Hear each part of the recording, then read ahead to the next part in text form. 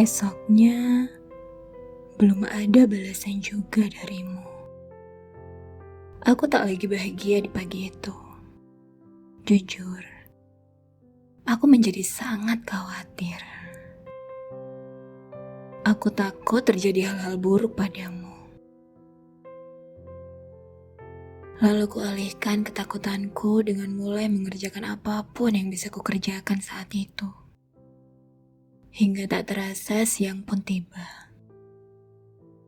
Belum ada kabar juga darimu. Akhirnya, kuputuskan pergi ke rumahmu untuk memastikan kamu baik-baik saja. Sampai rumahmu, ku ketuk pintu rumahmu dan disambut hangat oleh ibumu. Beliau pun menyuruhku duduk dan bertanya maksud kedatanganku. Aku menjelaskan kekhawatiranku tentangmu. Namun, jawaban ibumu membuatku terkejut.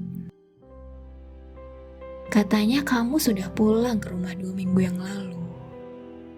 Dan kembali lagi ke perantauan seminggu kemudian. Lalu ibumu bercerita tentangmu. Mulai dari kamu yang hampir setiap hari menghubunginya, hingga semakin jarang dan sulit sekali dihubungi.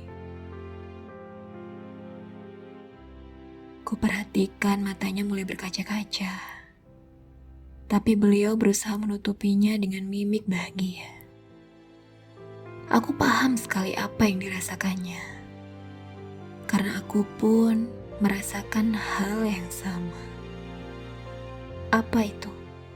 Rindu yang mendalam padamu. Karena kamu anak satu-satunya bagi ibumu, dan kamu satu-satunya yang kusimpan di hatiku. Lalu aku pamit pulang.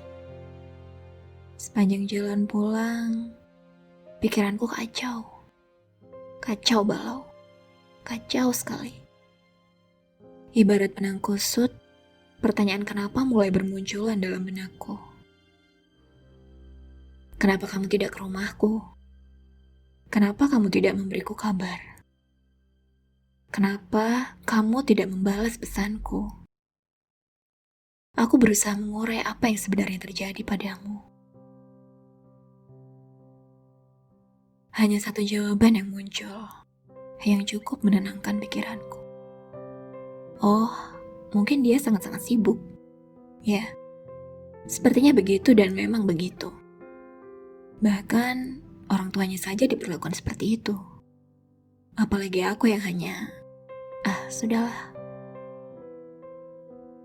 Aku ingat, kamu pernah bilang bahwa kamu sedang berusaha keras agar segera dipromosikan.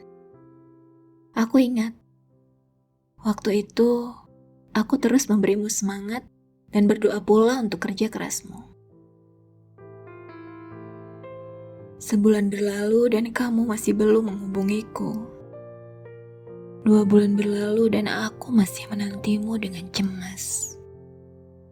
3 bulan berlalu, sungguh aku sangat merindukanmu. Saat itu juga, kuputuskan mengunjungi rumahmu untuk yang kedua kalinya semenjak kamu tidak ada kabar. Mungkin kalian bertanya-tanya, kenapa baru 2 kali? Aku malu, karena aku bukan siapa-siapa. Tiba di sana aku benar-benar terkejut. Terkejut bukan kepalang. Spanduk dijual, terpasang di pagar rumahmu. Apalagi ini? Bagaimana lagi harus kuurai situasi ini? Jawaban apa yang harus kuberikan agar tenang hati ini? Selagi mataku terbelalak, sembari kuputar otak ke sana kemari.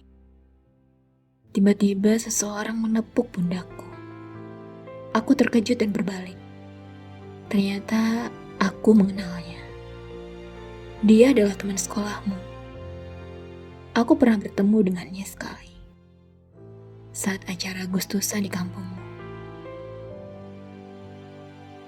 Dia bertanya, sedang apa aku di depan rumahmu? Belum menjawab pertanyaannya, aku justru balik bertanya kenapa rumahmu dijual. Dia menjelaskan bahwa orang tuamu sudah pindah keluar kota. Kabar itu cukup mengejutkan, tapi ada satu hal yang membuatku sampai terpaku. Seketika saraf-saraf ini mati rasa.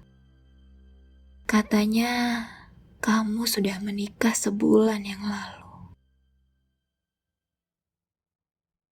Aku yang sudah cukup terbungkam dengan realita, seolah tersambar petir di siang bolong. Pondasi harapan yang sudah kubangun, dan bangunan mimpi yang sudah berdiri dengan kokoh. Ternyata tidak kuat menahan rasa sakit yang mematahkan hatiku. Semuanya runtuh, hancur begitu saja. Air mata yang sudah kubendung, akhirnya pecah juga. Aku menangis sejadi-jadinya. Tak peduli lagi tanggapan orang-orang di jalan terhadapku. Aku hanya ingin berteriak sekencang-kencangnya. Sampai tak lagi terdengar tangisan hatiku.